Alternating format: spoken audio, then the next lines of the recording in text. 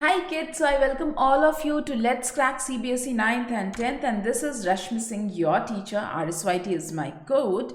और यहाँ पर मेरे बारे में स्मॉल इंट्रोडक्शन है। अगर आपको मेरे बारे में और भी कुछ जानना है बच्चों, तो आपको क्या करना है, आपको इस प्रोफाइल लिंक को फॉलो करना है। ये प्रोफाइल लिंक इस वीडियो के डिस्क्रिप्शन बॉक्स में भी दिया हुआ है। फटाफट से आप ये प्रोफाइल लिंक फॉलो करो so that you get to know all the notifications of my lectures. Okay, तो आज हम पढ़ने वाले हैं life lines of national economy. This is going to be the part 1 of the lecture. इसमें हम life lines of national economy के कुछ स्टार्टिंग के टॉपिक्स करेंगे, जो भी प्रीवियस ईयर के क्वेश्चन आए हुए हैं वो कवर करेंगे, and also I am going to help you with the maps. Okay, अच्छा बच्चों, अगर आपको अपनी तैयारी जो है सीबीएसई क्लास 10 की बहुत अच्छी करनी है, ओके, और आगे की भी 11-12 की भी अगर अच्छी करनी है, तो you can go for plus और iconic subscription. Like I think you people already know कि हमारा जो कोरोना काल है वो भी एक्सटेंड होने वाला है, राइट? ऐसा बोला जा रहा है 2022 तक कॉमन पीपल के लिए वैक्सीन अवेलेबल हो पाएगी। तो तब तक तो हमें बच्चों ऑनलाइन ही पढ़ना पड़ेगा ना। 2022 is like 2 more years. So I would suggest, बिल्कुल मेरी तरफ से एक honest suggestion है ये, that you should go for either 12 months or 24 months subscription. It is economic also. Online पढ़ना भी है बच्चों तुम लोगों को, बिना पढ़े तो काम चलेगा नहीं, ठीक है? तो एक अच्छे ऑनलाइन लर्निंग प्लेटफॉर्म से पढ़ोगे तो आई थिंक बेटर होगी तैयारी।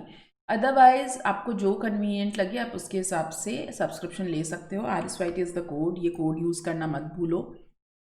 The steps are quite simple. Unacademy learning app आप डाउनलोड करिए गूगल प्ले स्टोर से या फिर आई स्टोर से आप कर सकते हो। एंड देन वहाँ पर सीबीएसई क्लास 10 मैनेज गोल में सेलेक्ट करना है, गेट सब्सक्रिप्शन पे क्लिक करना है, ड्यूरेशन सेलेक्ट करना है। Most important step, RSYT code use करना है because you are going to get a 10% discount and I am going to get the notification that you have used my code. Yes, तो आपको फिर कोटा का बिल्कुल best guidance जो है ना वो मिलने वाला है रश्मि मैम की तरफ से। And you can also additionally redeem your credits to get the extra 10% discount. How to earn credits? You just have to come to the special classes, which is the free classes. आओ आके 15 minute से ज़्यादा कोई से भी class attend करो, you are going to earn the credits, then you should use it. और अभी बच्चों क्लास 6 से 8 के लिए भी सब्सक्रिप्शंस जो हैं वो स्टार्ट हो गए हैं। अगर आपके कोई भाई बहन है छोटी क्लासेस में, then what you can do, you can select the smaller goal in the manage goal section, और फिर आप दोनों एक ही सब्सक्रिप्शन पे पढ़ सकते हो। Wow, amazing, right? चलो अब हम अपनी जो क्लास है वो स्टार्ट करते हैं। Life lines of national economy. सबसे पहले लाइफ लाइन वर्ड का मतलब क्या होता है? लाइफ लाइन को हिंदी में कहते हैं जीवन रेखा, ठीक है? अभी जैसे हमारी बॉडी है ना बच्चों, उसमें जो हमारा नर्वस सिस्टम होता है उसको हम लोग बोलते हैं life lines. Why so? Because जो हमारा नर्वस सिस्टम होता है वो ब्लड और ऑक्सीजन, जो कि सबसे इंपॉर्टेंट कॉम्पोनेंट है लाइफ के लिए, राइट? ब्लड और ऑक्सीजन जो है नर्वस सिस्टम हमारा हर बॉडी के पार्ट्स तक पहुंचाता है, ठीक है? इसीलिए हम लोग नर्वस सिस्टम को अपनी बॉडी का लाइफ लाइन कहते हैं। Now I think you can relate. ऐसे ही हमारी इकोनॉमी के अंदर, नेशनल इकोनॉमी के अंदर ऐसी कौन सी चीज़ें हैं जो गुड्स और सर्विसेज को एक जगह से दूसरी जगह पहुंचाती हैं? बता दो।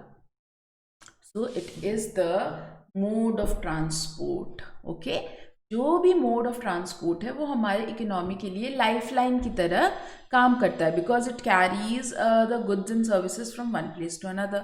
सो in short it basically helps in the movement of goods and services. Okay, तो सिर्फ सामान बनाने से तो कुछ काम नहीं चलेगा ना, हमें उसको बहुत सारी जगहों पे पहुंचाना भी पड़ेगा। Okay, the pace of development of a country depends upon the production of goods and services as well as their movement over space. जो हमारे डेवलपमेंट की स्पीड है वो किस पे डिपेंड करती है? सिर्फ गुड्स एंड सर्विसेज प्रोड्यूस करने पे नहीं डिपेंड करती, उसके मूवमेंट पे भी डिपेंड करती है। आप जो गुड्स एंड सर्विसेज प्रोड्यूस कर रहे हो वो कितनी जगह पे जा रही हैं और कितनी जगह पे वो सेल हो रही है, दोनों पे ही डिपेंड करता है। Okay, Today, the world has been converted into a large village with the help of efficient and fast moving transport. Yes, literally speaking, the world is becoming smaller and smaller. Why? Because we can travel from one place to another in very small duration of time. अब बताओ, Columbus निकला होगा America को ढूंढने के लिए तो उसको कितना टाइम लग गया होगा, राइट? वो कोलंबस जो है यूरोप से निकला, अमेरिका ढूंढने गया, लेकिन उसको इंडिया ढूंढने गया, लेकिन उसको अमेरिका मिल गया, and the whole tour must have cost him so much of time. आज के टाइम पर आपको आप अमेरिका जाना है तो you can reach there by plane in like 24 hours और max to max like 32 hours. Okay, तो world is becoming smaller and smaller because of the fast means of transport. Okay, today India is well linked with the rest of the world. Modern means of transport and communication serves as the lifeline of our nation and its modern economy. Our economy has become modern and India is very well connected with the rest of the world. Okay, क्योंकि India एक तो बहुत बड़ा देश भी है और आज के टाइम पर इंडिया से तुम कहीं पे भी जा सकते हो, किसी भी जगह पे जा सकते हो। okay? जो हमारा मोड ऑफ ट्रांसपोर्ट है वो बहुत इंपॉर्टेंट रोल प्ले कर रहा है हमारी इकोनॉमी में। ना बच्चों, ये 3 क्वेश्चन जो हैं आपके प्रीवियस ईयर क्वेश्चन है, तीनों का आंसर सेम है और हर बार ये देखो 2016, 17, 18 में लगातार ये क्वेश्चन जो है वो आया हुआ है। Dense and efficient network of transport is pre requisite for local and national development. आपको बहुत अच्छा ट्रांसपोर्ट सिस्टम चाहिए फॉर डेवलपमेंट, इसको एनालाइज करना है। Why do the movement of goods and services from one place to another require fast and efficient means of transport? Movement of goods and services क्यों important है? Again, the reason is development. Efficient means of transport are prerequisite for the fast development. तो ये सारे question का answer same होने वाला है। Question का लैंग्वेज जो है वो अलग अलग है। आपको इस क्वेश्चन का मूल मंत्र क्या है? आपको ये बताना है कि transport is helping in the development और transport is helping to speed up the development. Okay, answer देख लेते हैं। Transport plays an important role in the economy because transport raw material reach to the factory. Because of transport only raw material जो है वो कहाँ तक जाता है? फैक्ट्री तक जाता है। फैक्ट्री में रॉ मटेरियल से फिनिश गुड्स बनते हैं, फिर फिनिश गुड्स कहाँ जाते हैं?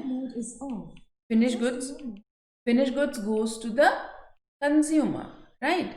The pace of development of a country not just depends on the production of goods and services, उसके movement पे भी बहुत ज़्यादा डिपेंड करता है। efficient mode of transport चाहिए ही चाहिए अगर आपको डेवलप होना है तो।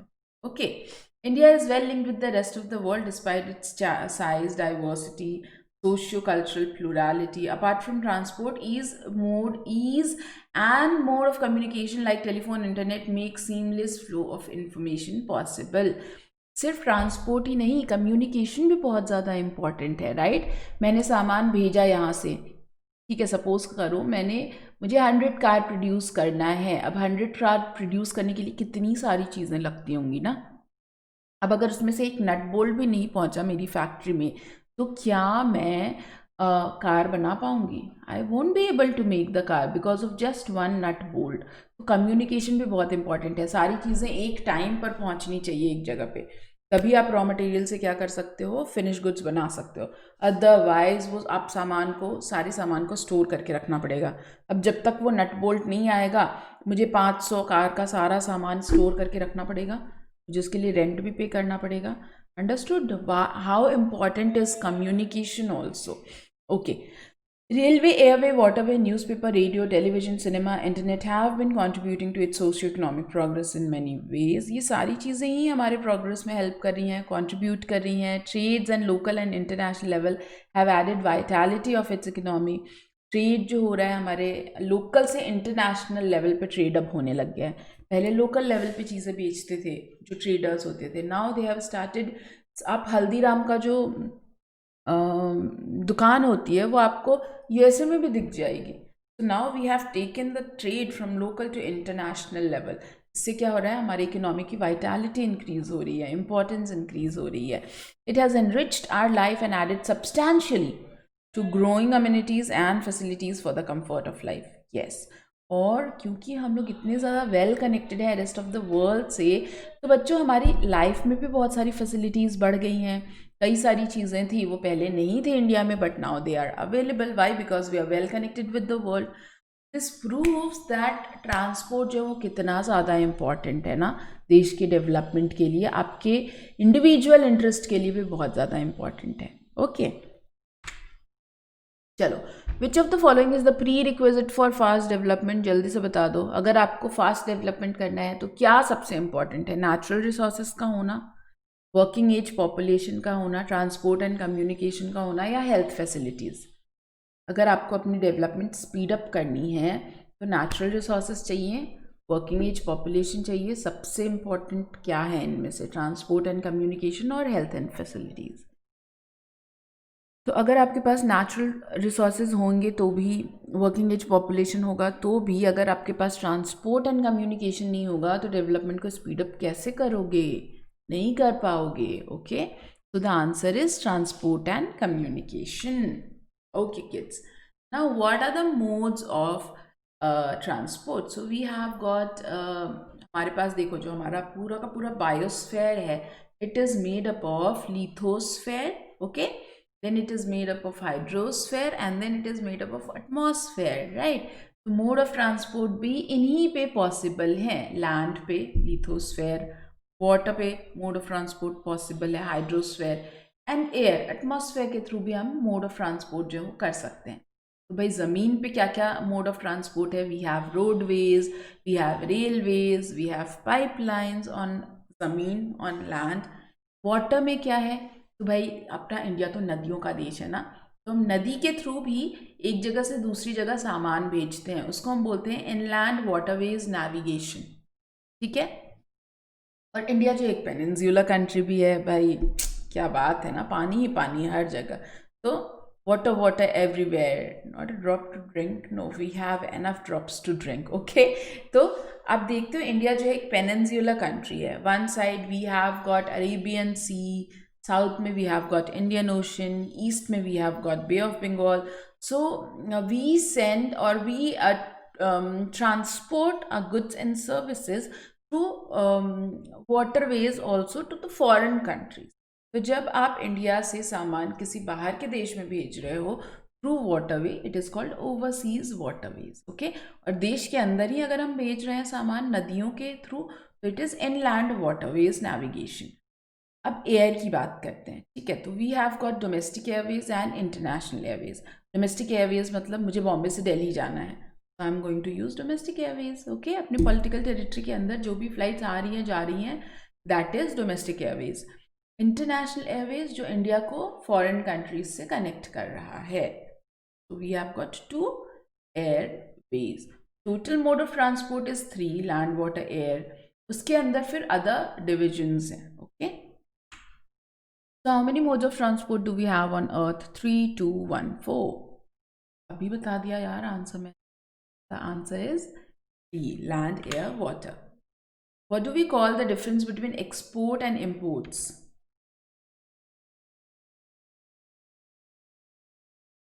ओके, ये क्वेश्चन जो है ना हम बाद में करेंगे, वैसे इसका आंसर जो है वो बैलेंस ऑफ ट्रेड है। Mail that is airlifted between stations is called second class mail, first class mail, third class mail, fourth class mail. This also question should be there at the end, लेकिन ma'am ने शायद थोड़ा सा slide उलट पुलट कर दिया ना, आई एम सॉरी फॉर दैट। अच्छा, फिर भी अगर आपको आंसर है तो बता दो।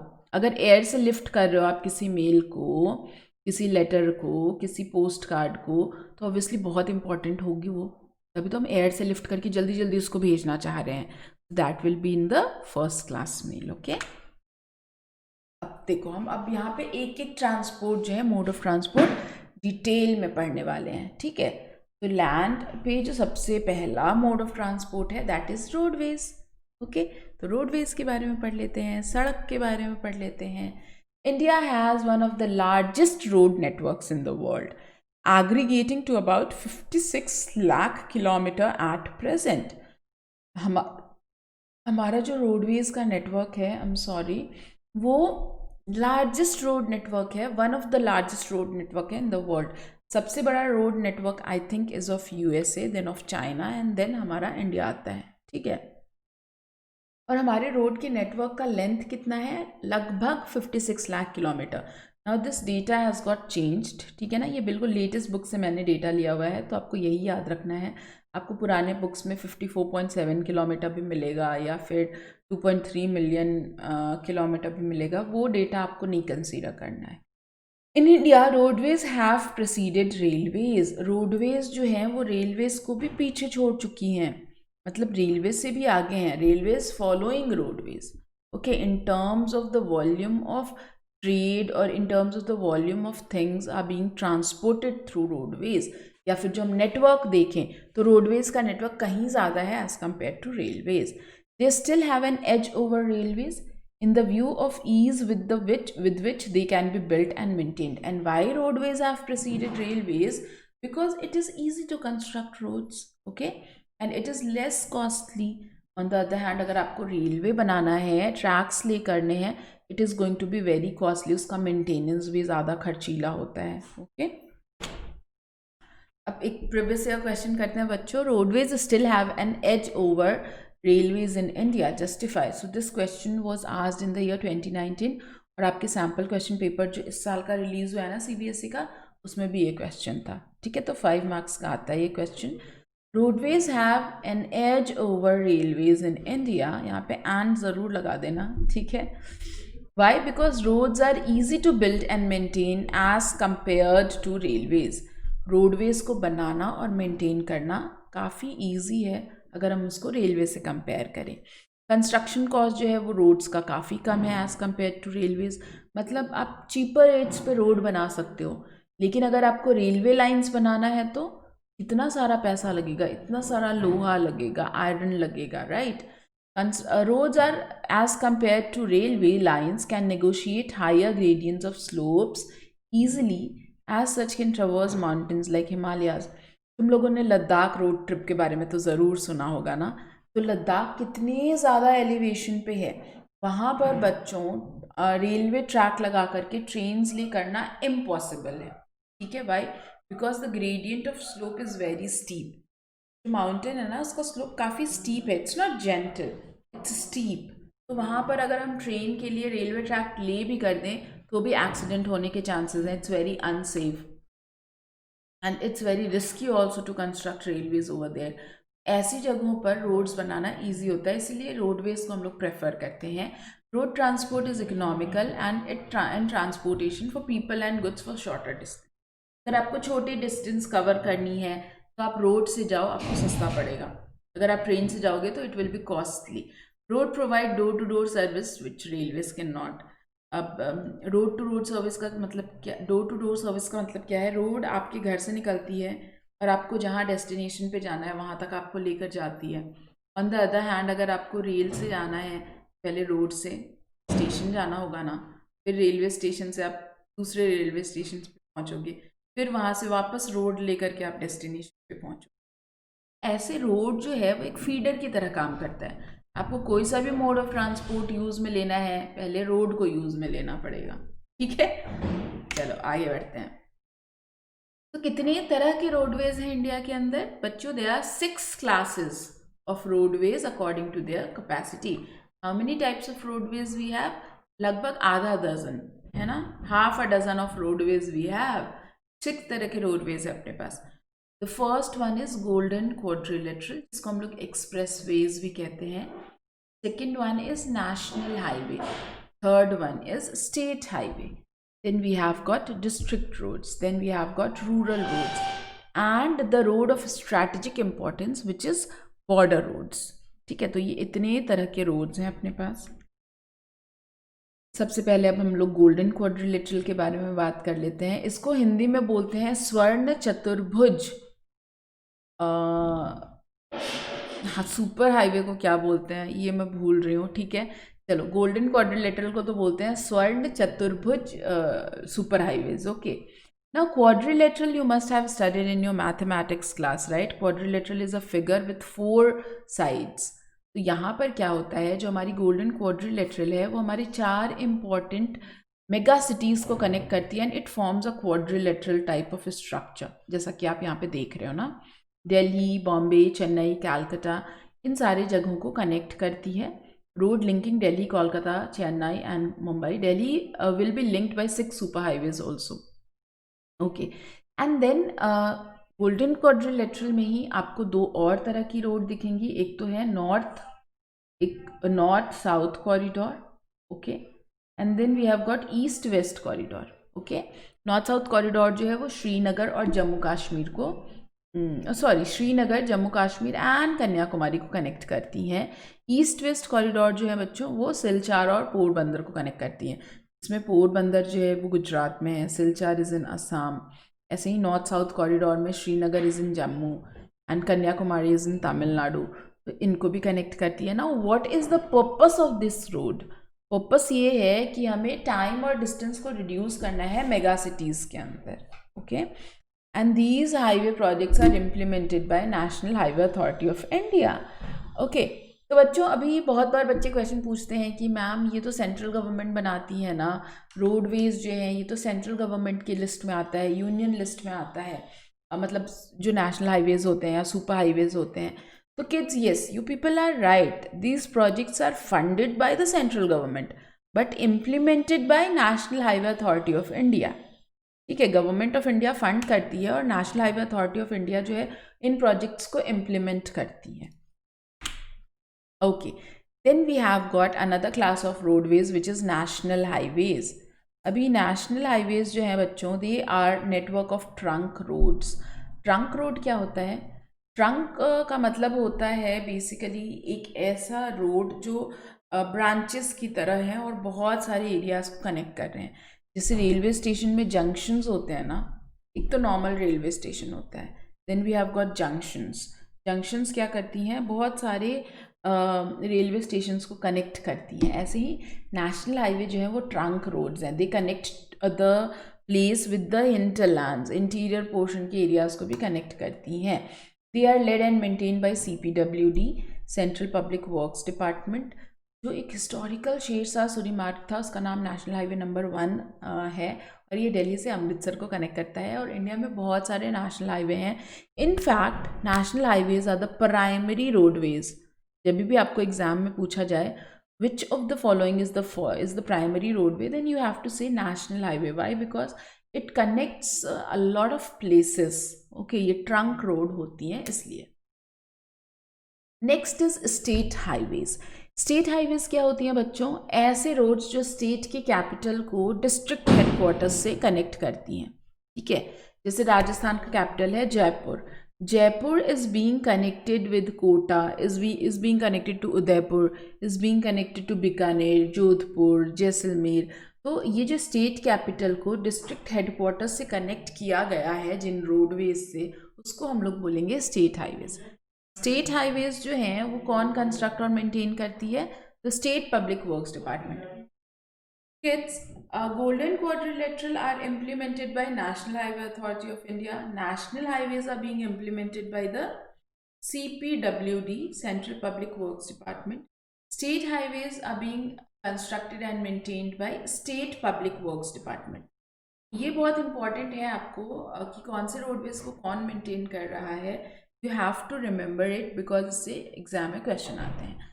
Another class of roadways is district roads. As the name suggests, ये क्या करती हैं? डिस्ट्रिक्ट हेडक्वार्टर को अदर प्लेसेस से कनेक्ट करती है। जैसे सपोज करो मैं कोटा में हूँ, ठीक है, कोटा को कनेक्ट किया गया है अगल बगल के भी छोटे छोटे प्लेसेस से, बूंदी, बारा, ठीक है।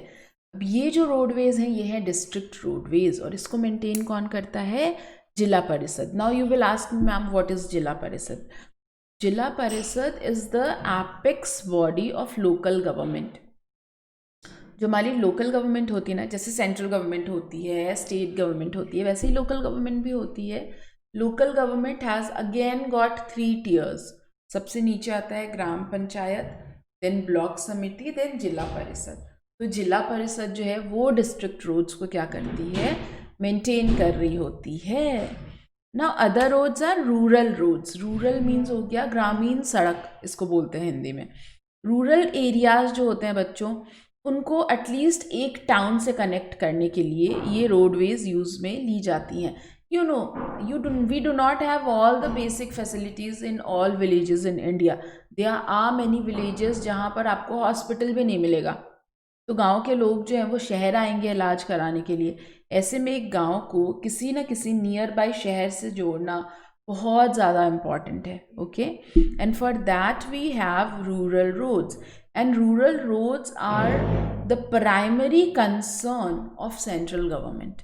इसीलिए रूरल रोड्स को प्रधानमंत्री ग्रामीण सड़क योजना के तहत बिल्ड किया जा रहा है। And it has got a lot of impetus nowadays. कि इसको हमें डेवलप करना ही करना है भाई, otherwise the villages are going to lag behind, right. उनका अगर डेवलपमेंट करना है तो उनको नियर बाई सिटी से कनेक्ट करना ही पड़ेगा। तो these roads received special impetus under Pradhanmantri Gramin Sadak योजना। So here you can see the beautiful pictures of roadways over here. So it's a 4-lane roadway. आपको दिख रहा है ये 2 लेन है और इधर भी 2 लेन है, राइट। तो सुपर हाईवेज जो होते हैं वो एक्चुअली में 6 लेन 8 लेन रोडवेज भी होते हैं, okay. And this is the map. यहाँ पर आपको बच्चों नेशनल हाईवे जो है उसका ये मैप दिख रहा है। वैसे नेशनल हाईवेज जो हैं वो आपके एग्ज़ाम में नहीं आते हैं, लास्ट ईयर तक आते थे, इस ईयर जो है वो मैप से हटा दिया गया है उसको, ओके।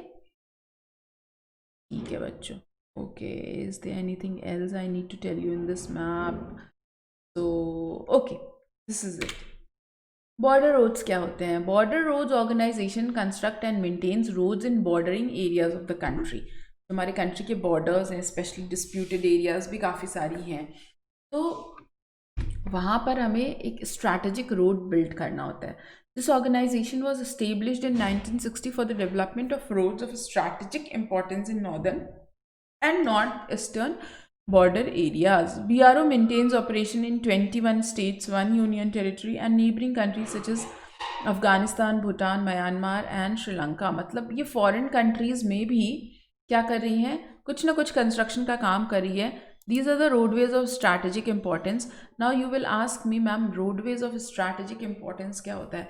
देखो इनके सिंबल में ही आपको दिख रहा है ना, रोडवेज जो हैं वो कंस्ट्रक्ट किए गए हैं ऐसे। बच्चों strategic importance I would try to explain it, देखते हैं, ट्राई तो करती हूँ। सपोज करो ये अपना पहाड़ है ना,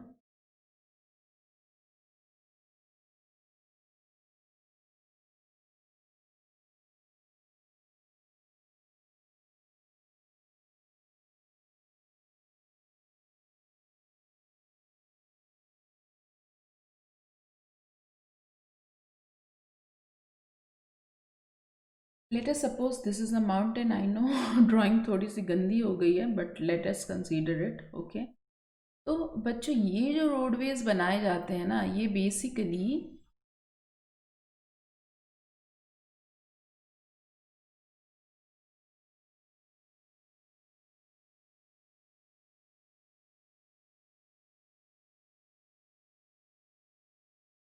ये जो रोडवेज होते हैं ये एक्चुअली में ट्रांसपोर्ट के लिए इतने इम्पोर्टेंट्स नहीं होते हैं जितने इम्पोर्टेंट ये हमारे स्ट्रैटेजिक या बॉर्डर के प्रोटेक्शन के लिए होते हैं। सपोज़ ये बहुत ही हाई हिल है, ठीक है, और यहाँ पर हमारे नेबरिंग कंट्री है, तो ये रोड्स इतने हाई एल्टीट्यूड पे इसलिए डेवलप किए जाते हैं so that we can keep an eye on the bordering countries, ठीक है, कि कहीं पे यहाँ पे कुछ भी ऐसी कोई दूसरी तरह की एक्टिविटीज़ नहीं हो, या हमारे देश के इंटरेस्ट के खिलाफ कोई एक्टिविटी अगर ये कर रही है कंट्री बगल की अड़ोसी पड़ोसी देश, तो उस पर नज़र रखने के लिए ये रोड्स जो हैं उनको बनाया जाता है। That is why these are the roadways of strategic importance. Now we have another classification of roadways also. It is based on the type of material we have used for the construction. ठीक है, so you all must have seen these two kinds of roads. These are very frequently seen roads, right? एक तो ऐसी सड़क आपको दिखती है, wow क्या सुपर हाईवे टाइप्स है ना, बिल्कुल अच्छी सुंदर और पूरी सीमेंट कंक्रीट से बनी हुई ये सड़क है। On the other hand, we have got many roads which are unmetalled, जिसको कच्ची सड़क बोलते हैं। अब ये कच्ची सड़क भी इम्पॉर्टेंट है देश की इकोनॉमी के लिए। तुम पूछोगे क्यों मैम, कच्ची सड़क की क्या ज़रूरत है, पूरा ही हर जगह पे ही मेटल रोड ही बना दो। नहीं बच्चों, आप लोगों ने मनरेगा के बारे में सुना होगा ना, MG नरेगा। इसमें 100 डेज़ का एम्प्लॉयमेंट दिया जाता है, याद है आप लोगों को, अनएम्प्लॉयड लोगों को।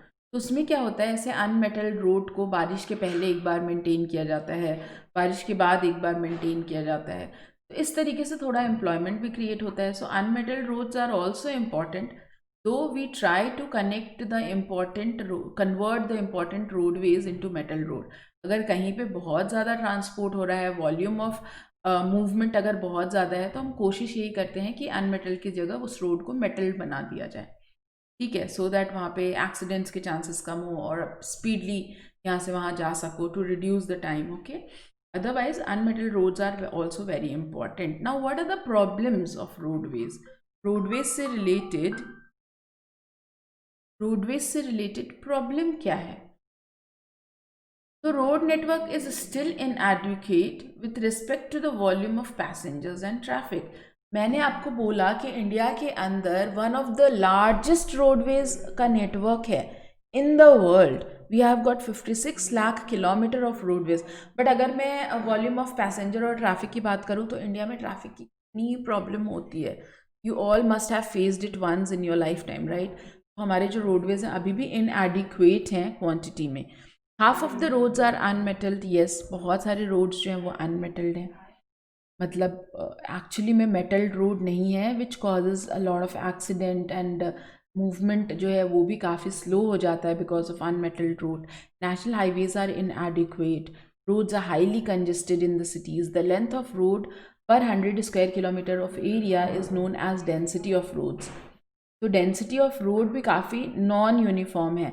जम्मू एंड कश्मीर में आपको 10 किलोमीटर दिखेगी, राइट, 100 स्क्वायर किलोमीटर के एरिया में 10 किलोमीटर की रोड दिखेगी। वहीं केरला में you will be finding it to 375 kilometre, average जो है वो 75 है।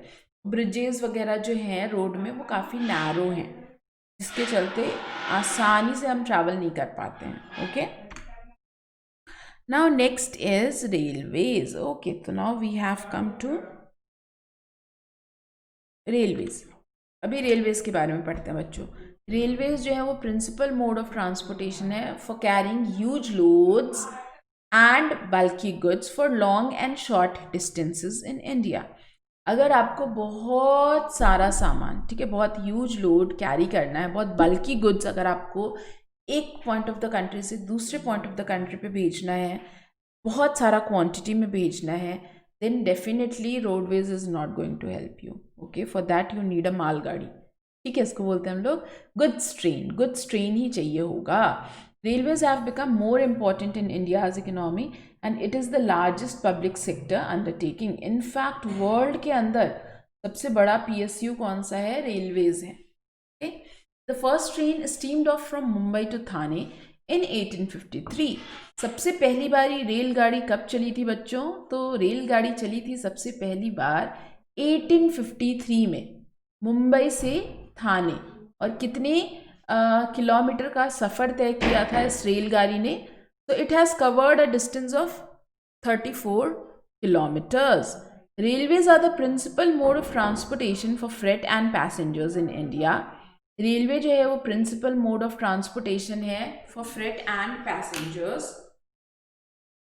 Railways also make it possible to conduct multifarious activities like businesses, sightseeing and pilgrimage along the transportation of goods over longer distances। Railways जो हैं बहुत सारी activity के लिए काम आती हैं। इट्स नॉट दैट कि रेलवेज हम लोग सिर्फ और सिर्फ गुड्स और सामान को ही भेजने के लिए यूज़ कर रहे हैं, गुड्स को या फिर पैसेंजर्स को मूव करने के लिए। It is also useful in business, it is also useful in tourism, also in pilgrimage. Pilgrimage का मतलब क्या होता है बच्चों? पिलग्रिमेज का मतलब होता है तीर्थ यात्रा। तो आपको पता ही है इंडिया में कितने सारे रिलीजन के लोग रहते हैं, राइट।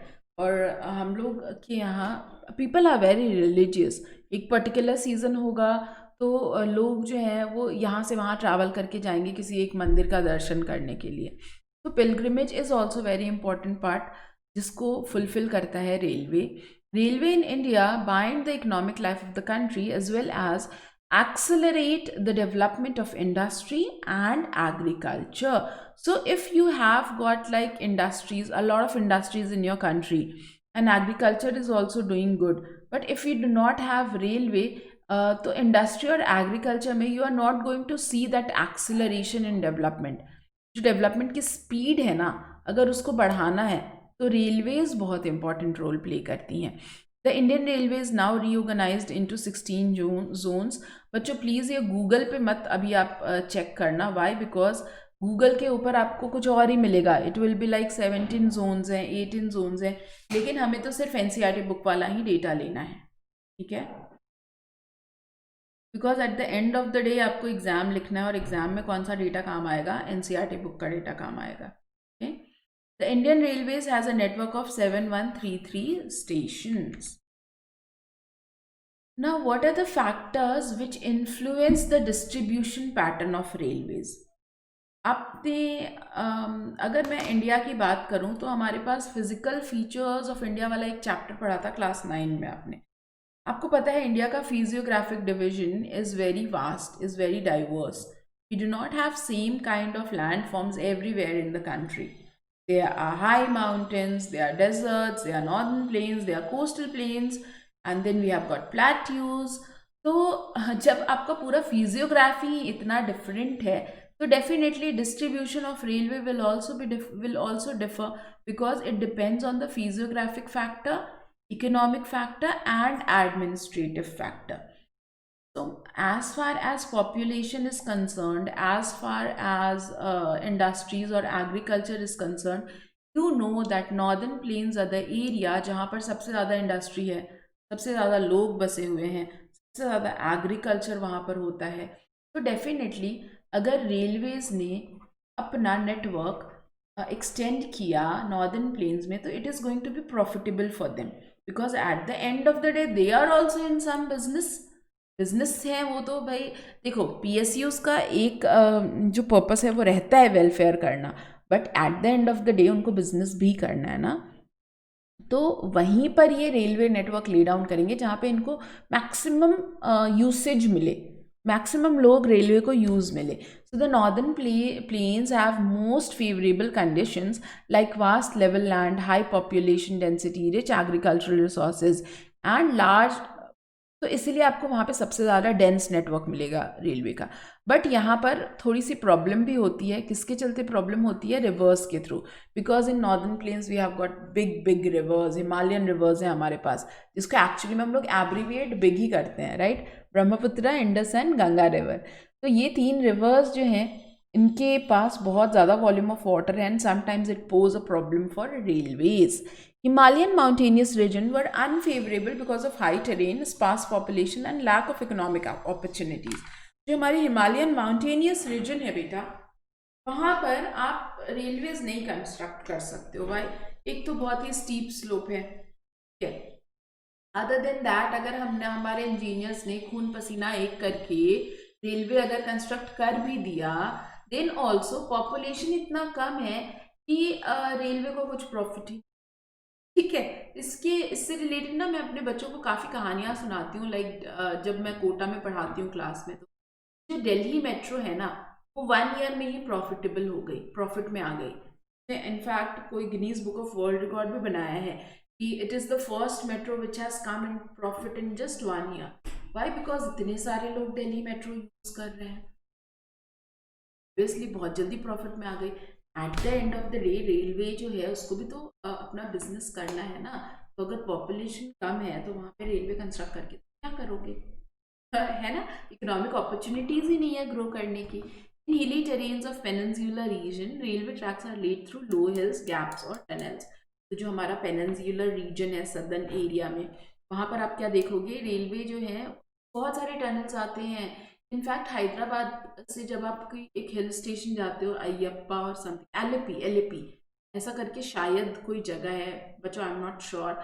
जब हम ट्रेन से जाते हैं ना तो यू कम अक्रॉस 13-14 टनल्स, बहुत सारे टनल से आपकी रोड जो है वो जा रही होती है. मोस्टली वैलीज में आप क्या देखोगे, टनल्स के थ्रू रेलवेज जा रही होती. Another place with unfavorable circumstances were the sandy plains of Rajasthan. Rajasthan में डेजर्ट है. अब डेजर्ट पे आप बताओ रेलवे कैसे लेकर हो. Swamps of Gujarat, forested track of Madhya Pradesh, Chhattisgarh, Orissa and Jharkhand, इन सब जगहों पर रेलवेज ले करना काफ़ी डिफिकल्ट है. In recent time, the development of Konkan Railway along the west coast has facilitated the movement of passengers and goods in most important economic region of India. ये जो कोंकण रेलवे है ना, ये बॉम्बे और गोवा के बीच का रेलवे. अब यहाँ पर बच्चों बहुत इंपॉर्टेंट इकोनॉमिक जोन है. यहाँ पर रेलवे ट्रैक ले भी किया गया था, लेकिन आपको पता है गोवा तो भाई बीचेस है वहाँ, तो वहाँ पे एक प्रॉब्लम हो गई। क्या प्रॉब्लम हो गई? It has faced a number of problems such as sinking of track in some stretches and landslides. कई जगहों पर ट्रैक जो है वो सिंक हो गया। ये प्रॉब्लम कोंकण रेलवेज के आसपास ऑब्जर्व की गई है। सो यू नो, वैसे तो रेलवे बहुत इंपॉर्टेंट है, लेकिन काफ़ी इंजीनियरिंग लगती है रेलवे ट्रैक को ले करने में। Okay, now we have got 3 types of railway network. एक तो होता है broad gauge, other is metre gauge, then we have got narrow gauge. Broad gauge में क्या होता है बच्चों, जो दो ट्रैक्स होती हैं उनके बीच का जो डिस्टेंस होता है वो लगभग 5 से 6 फीट होता है। अब 5 फीट 6 इंच होता है, 1676 mm, इतनी का डिफरेंस जो है वो है 1676 mm, या फिर आप बोल सकते हो 1.676 मीटर्स। सिमिलरली स्टैंडर्ड गेज जो होता है उसमें होता है 1435। ये आपके बुक में दिया हुआ नहीं है, आपको ब्रॉड गेज पढ़ना है, मीटर गेज पढ़ना। एंड देन नैरो गेज जो है उसमें दो होते हैं, 760 mm और 610 mm। अब माय डियर किड्स, ये वाले जो ट्रेन्स होती है ना नैरो गेज वाली, ये मोस्टली आपको देखने को मिल जाएंगी दार्जिलिंग वगैरह में, जहाँ पे टी प्लांटेशन हुआ करता था, और यहाँ पे टॉय ट्रेन्स चलती है। मतलब जो नैरो गेज होता है उस पर कौन सी ट्रेन चलती है? टॉय ट्रेन्स चलती हैं। ठीक है, आज के टाइम पर हमारे पास Indian Railway network runs on multiple gauge operation extending over 64,460 kilometer provisional excluding Metro Kolkata. So I have told you ना, Metro Kolkata को एक अलग से zone बना दिया गया है, and that is why we have got 17 zones. But आपके बुक में 16 zones दिए हुए हैं ना, because they have excluded Metro Kolkata. Okay. Now what are the problems with railways? Railways के साथ क्या परेशानी है? प्रॉब्लम ये है रेलवेज के साथ कि जैसे कोंकण एरिया में मैंने आपको बताया, नॉर्दर्न प्लेन्स में तो ये प्रॉब्लम है कि रिवर्स के चलते काफ़ी नुकसान हो जाता है रेलवे ट्रैक्स को। देन हिली एरियाज में क्या प्रॉब्लम है? वहाँ पे पॉपुलेशन इतना कम है, जो स्लोप्स हैं वो इतने स्टीप हैं, वहाँ पे रेलवे ले करना प्रॉफिटेबल नहीं है। ऐसे ही कोंकण एरिया में क्या प्रॉब्लम थी? कोंकण रेलवे रीजन जो है एक्चुअली में सबसे इम्पॉर्टेंट इकोनॉमिक रीजन है इंडिया का, बट स्टिल वहाँ पर आपको सिंकिंग ऑफ रेलवे की प्रॉब्लम हुई। ये तो हो गई भाई कंस्ट्रक्शन से related. Other than that also we have certain problems. Many passengers travel without tickets. ठीक है, बहुत सारे पैसेंजर जो होते हैं वो बिना टिकट के ही ट्रेन में चढ़ जाते हैं, मन चले यात्री होते हैं। Thefts and damaging of railway property, बहुत सारी जो रेलवे की आप जा कर के देखोगे तो जो रेलवे के नल वगैरह होते हैं वो सब निकाल के ले आते हैं, लाइट्स निकाल लेते हैं, ये सारी प्रॉब्लम होती है। People stop trains and pull the chain unnecessarily. कुछ जो चंचल यात्रीगण होते हैं, what do they keep pulling the chain, stop the train. These are the problem. We have some discipline related issue and some construction related issues. ये सारी problems हैं हमारी रेलवेज के साथ, हमारे रेलवेज के साथ। Okay, so the next mode of transport on roadways on land is pipeline. Okay, not roadways, sorry, ज़मीन के ऊपर और एक मोड ऑफ ट्रांसपोर्ट जो है वो क्या है? वो है pipeline. Now this is very important and very interesting. Okay, इसके बाद मैं आपकी क्लास जो है आज यहाँ पे समाप्त करूँगी। पाइपलाइन के बाद नेक्स्ट लेक्चर में फिर हम पढ़ेंगे वाटरवेज एंड एयरवेज। ठीक है, तो चलो मैं आपको ये फटाफट से बता देती हूँ बच्चों, और आपका होमवर्क यही रहेगा कि आपको ये पढ़ के आना है। ठीक है, तो पाइपलाइन क्या है और क्यों ज़रूरी है? पहले मैं आपको एक कहानी सुनाती हूँ, ठीक है, और उसके बाद हम पाइपलाइन के बारे में पढ़ेंगे। तो ठीक है, चलो कहानी सुनाती। Once upon a time, I used to work in Raipur. Now tell me, where is Raipur? Raipur is in Chhattisgarh. ठीक है, तो वहाँ पर एक प्लांट था हमारा। ठीक है, प्लांट मतलब फैक्ट्री थी। ठीक है ना, इस प्लांट के अंदर क्या बनाया जाता था बच्चों? इस प्लांट के अंदर बनाया जाता था, आप लोगों ने ऐसे टावर्स देखे हैं? जब भी ट्रेन से जाते हो तो देखते हो ना, ऐसे टावर्स होते हैं जिस पे आपका इलेक्ट्रिसिटी वाला कंडक्टर्स जाता होता है, ठीक है? तो ये बनता था, इसमें बहुत सारा स्टील यूज़ में लिया जाता है, स्टील नहीं एक्चुअली आयरन यूज़ में लिया जाता है, ठीक है? अब आयरन जो है वो तो रस्ट हो जाएगा ना, ये तो तुम सबको पता है। आयरन जो है उसका एक बहुत इंपॉर्टेंट प्रॉपर्टी होता है रस्ट होने का। तो आयरन को रस्ट से बचाने के लिए हम लोग क्या करते थे, इसको गैल्वनाइज करते थे। गैल्वनाइज करने का मतलब होता है आयरन के ऊपर एक जिंक की कोटिंग लगा देना। Now zinc will act as a barrier to the oxygen and now the iron will get prevented from rusting. अब ये गैल्वनाइजेशन करने के लिए बहुत बड़े बड़े ब्रिक्स होते थे जिंक के, ठीक है, जिसका एक नाम भी था, मैं नाम भूल रही हूँ, ठीक है। बहुत बड़े बड़े ब्रिक्स होते थे जिंक के, उसको क्या किया जाता था, एक मशीन में डाल करके मेल्ट किया जाता था। अब ये जो मशीन थी ना, ये चलती किस पे थी? डीजल पे। जैसे आपकी गाड़ी जो होती है वो डीजल पे चलती है ना, आपकी जो कार होती है, मोटर बाइक होती है, ऐसे ही ये मशीन जो है वो डीजल पे चलती थी। और हम इसको मशीन को बंद नहीं कर सकते। इंडस्ट्री में आपको पता है ना, शिफ्ट में काम होता है। वाई? बिकॉज अगर आपने एक बार कोई मशीन बंद कर दिया तो उसको स्टार्ट करने के लिए बहुत सारा एनर्जी लगता है, बहुत सारी इलेक्ट्रिसिटी लगती है। इसीलिए मशीन्स अगर एक बार स्टार्ट हो गई तो वो लगातार 365 डेज चलती रहती हैं। बीच में साल में एक आध दिन के लिए मेंटेनेंस के लिए इंडस्ट्री के अंदर मशीन्स को बंद किया जाता है, ठीक है। Now to make this machine running we need to have continuous flow of diesel, right? अगर आपको कंटिन्यूसली डीजल नहीं मिलेगा तो मशीन तो बंद हो जाएगी। ऐसे में क्या करना पड़ता था कि पहले पाइपलाइन नहीं थे, यहाँ पे पाइपलाइन से कनेक्टेड नहीं था ये वाला प्लांट। तो क्या करना पड़ता था, आपको वो जो फ्यूल वाली टैंक वाली गाड़ी नहीं होती है वो मंगा के रखना पड़ेगा, ठीक है। मतलब प्लांट के आगे ये फ्यूल वाली टैंक की गाड़ियाँ जो हैं वो खड़ी रहेंगी। आपको बहुत सारी प्लानिंग चाहिए, ये ड्राइवर का भी खर्चा बेयर करना पड़ेगा, प्लस ये गाड़ी को लेकर यहाँ आने के लिए एक्स्ट्रा फ्यूल भी लगेगा। तो it use to be very tedious task. तो ऐसे में क्या दिमाग लगाया गया कि क्यों ना पाइपलाइन से कनेक्ट कर दिया जाए और पाइपलाइन के थ्रू ही पेट्रोल को प्लांट तक लेकर आया जाए। तो now you must have understood कि पाइपलाइन क्यों इम्पॉर्टेंट है। It is used to transport petroleum product, crude oil, natural gas from oil and natural gas fields to refinery, fertilizer factory and big thermal power plants. तो बड़े बड़े जो thermal power plant होते हैं वहाँ पे बहुत सारा पेट्रोल लगता है बच्चों। पेट्रोल को अगर हम ऐसे बार बार फ्यूल टैंकर्स के थ्रू या ऐसी गाड़ी के थ्रू अगर प्लांट में पहुँचाएंगे तो एक तो डिलेज होने का भी चांस है, एक बार डिले हुआ तो मशीन बंद पड़ जाएगी, but it's costly also, okay. तो ऐसे में हमने क्या किया, पाइपलाइन जो है जिसकी फ़ोटो आप देख रहे हो वो हम लोगों ने बनाना शुरू किया। Now solids can be transported through pipeline by converting it into the slurry. ये पाइपलाइन के अंदर आप बहुत सारी सिर्फ पेट्रोल डीजल ही नहीं भेज सकते हो, कोई भी सॉलिड जो मटेरियल होता है उसको पेस्ट जैसा बना करके भी भेज सकते हो। जैसे कि इंडिया अपना एग्रीकल्चरल देश है, तो हर जगह क्या चाहिए, फर्टिलाइज़र चाहिए। तो फर्टिलाइज़र को क्या करते हैं, स्लरी के फॉर्म में कन्वर्ट करके पाइपलाइंस में डाल करके भेज देते हैं, ठीक है। तो भाई है तो बहुत अच्छा मोड ऑफ ट्रांसपोर्ट, कोई डाउट नहीं है, बिल्कुल जज नहीं कर रहे हैं हम लोग इसको, ठीक है ना, इस केस में yes it is efficient mode of transport. But फिर भी आपको इतना ज़्यादा पाइपलाइन इंडिया में देखने को नहीं मिलेगा। The reason is that the initial cost of laying is very high.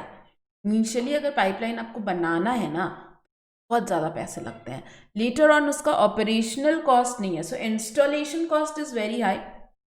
लेकिन इसको ऑपरेट जब ये चलने लग जाता है, काम में लेने लग जाते हो, तो फिर running cost is very less, running cost is minimal. Rules out transshipment losses, जो आप एक जगह से सामान दूसरी जगह भेजते थे तो जो लॉसेस होता था, जैसे फ्यूल टैंक के अंदर मैंने आपको बताया फ्यूल मैंने भर दिया इसमें, लेकिन कई बार कहीं से कुछ छेद हो गया, ठीक है, तो ये सिंक लीक करने लग गया पेट्रोल, तो लॉस तो हो रहा है ना मेरा, ट्रांसशिपमेंट लॉस, यहाँ से दूसरी जगह भेजने में कुछ ना कुछ लॉस तो हो रहा है। तो वो लॉसेस जो है वो ख़त्म हो गई। तो पाइपलाइन जो है बहुत इंपॉर्टेंट है हमारे इंडिया के अंदर। We have got 3 important networks of pipeline, जिसमें सबसे ज़्यादा इंपॉर्टेंट है बच्चों ये gas pipeline from Hazira Gujarat connects Jagdishpur and then Vijaypur in Madhya Pradesh, HVJ। Hazira, Vijaypur, Jagdishpur, Gujarat, MP and UP। Map में देख लेते हैं।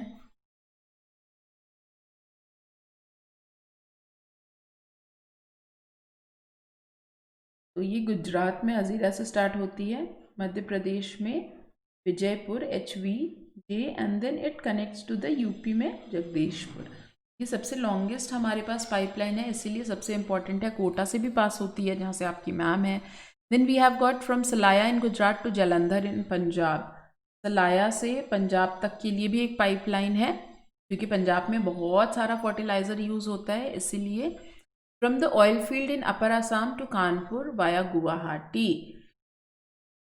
असम से गुवाहाटी होते हुए Barauni, Allahabad, it has branches in, okay, UP को कनेक्ट करती है ये वाली pipeline. But the most important is this one, ये भाई एग्जाम में पूछा जाता है, तो थोड़ा देख लेना, मैप में भी देख लेना। Now few questions and then we are going to wind up. What is the historical Shershah mark now called? अभी मैंने आपको बताया था, नेशनल हाईवे नंबर 4, 1, 3 और 7 ये दिल्ली और अमृतसर को कनेक्ट करती है।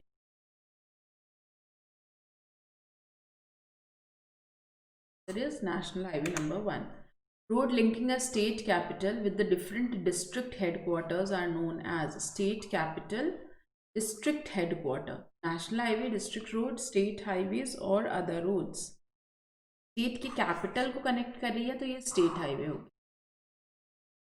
डिस्ट्रिक्ट रोड्स क्या होती हैं? जो डिस्ट्रिक्ट के हेडक्वार्टर को अगल बगल की सिटीज से connect. Which organisation constructs and maintains the roads in border areas? जो बॉर्डर एरियाज होते हैं बच्चों, स्ट्रैटेजिक रोड्स जो होते हैं, वो कौन डेवलप करता है? National highway authority, border road organisation, Pradhanmantri Gramin Sadak Yojana, या फिर BSF, border security forces. So the answer is BRO। Okay kids, so this is all for today. इतना ही पढ़ेंगे हम। नेक्स्ट क्लास के अंदर we are going to study waterways, airways and what are the modes of communication and international trade। ये सारी चीज़ें जो हैं वो मैं आपको पढ़ाने वाली हूँ। फटाफट से जाइए, अगर आपको मुझे मेरे से प्लस पे पढ़ना है तो फटाफट से प्लस जो है वो डाउनलोड करो, अनअकैडमी लर्निंग ऐप पे सब्सक्राइब करो using the code RSYT। Special classes पे भी पढ़ सकते हो। एंड बच्चों ये टेलीग्राम लिंक ज़रूर फॉलो कर लो। ये टेलीग्राम लिंक जो है बहुत इंपॉर्टेंट है, इस वीडियो के डिस्क्रिप्शन में भी दिया हुआ है। यहाँ पर सारे नोटिफिकेशन मिलते हैं आपको, ठीक है ना? So make sure that you are downloading this app, Telegram app, और उसको आप ज्वाइन कर लो। Like this video, share and subscribe. Thank you.